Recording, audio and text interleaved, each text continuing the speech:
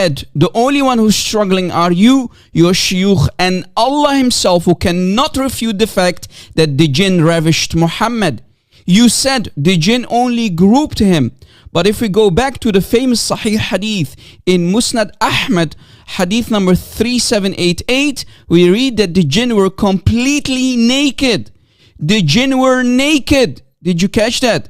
And it says, فَجَعَلُوا يَرْكَبُونَ رَسُولَ اللَّهِ, and they started to ride Rasulullah. So the jinn are naked and they are riding Muhammad's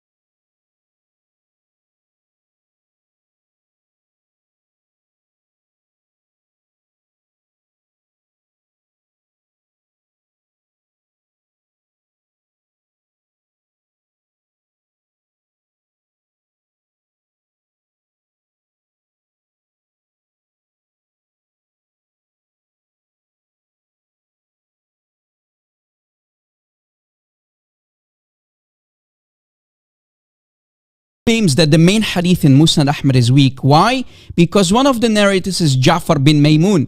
In the book of At-Tirmidhi, notice that's a different book.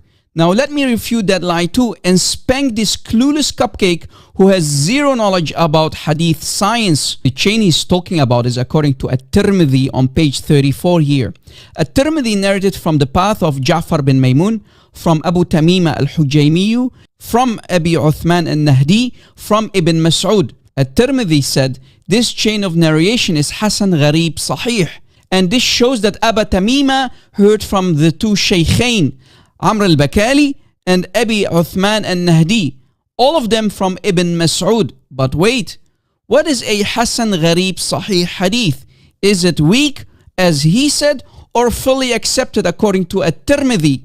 Let us do some investigation together. On Islam Web, we can find fatwa number 360340. When asked what a Hasan Gharib hadith means, the scholars explained the statement of Imam At-Tirmidhi on the hadith that is Hasan Gharib means that this hadith is acceptable to him and not weak. Rather, it is stronger than the hadith regarding which he says Hasan only without the term Gharib. So it's even stronger than Hasan only.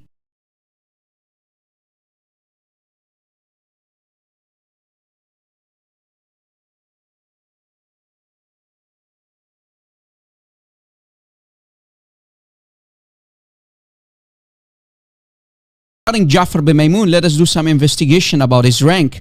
On this database about narrators of hadith, we find info about Ja'far bin Maymun, his lineage al-Basri, al-Tamimi, and the most important part, and my refutation, his rank maqbool, which means he is accepted. Again, this narrator is what? Accepted.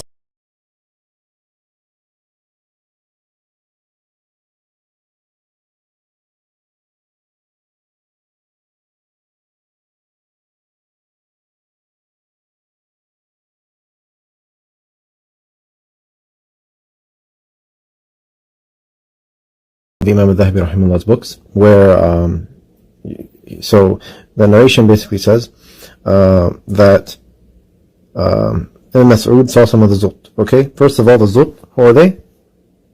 So they're just like a race from the Sudan and the Indian. Okay, now watch this.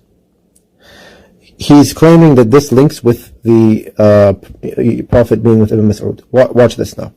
Look at the kadhab, the Dajjal, get busted lying.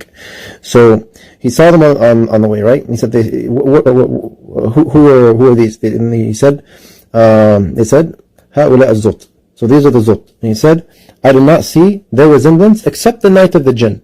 Except the night of the jinn. And he said that they were seeking one another, following each other. Okay, Sahih. Where does this say anything about the jinn riding the Prophet, or anything about him being with the Prophet? Where does it say Ibn Mas'ud is with the Prophet over here?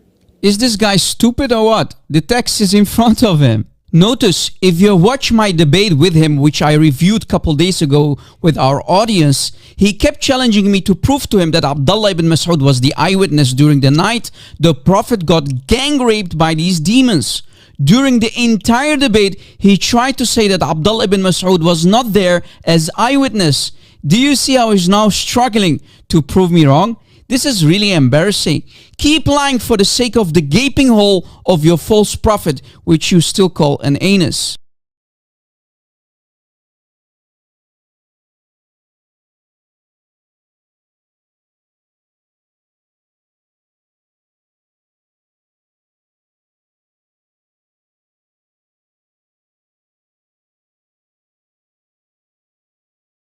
And on the same page, we see another report that confirms that Ibn Mas'ud was with Muhammad during the night of the jinn. Let's read it. From Ibn Mas'ud, he said, I went together with Rasulullah in the night of the jinn. Yet this embarrassed donkey kept lying about Ibn Mas'ud, throwing this main companion of Muhammad under the bus, saying Ibn Mas'ud wasn't there.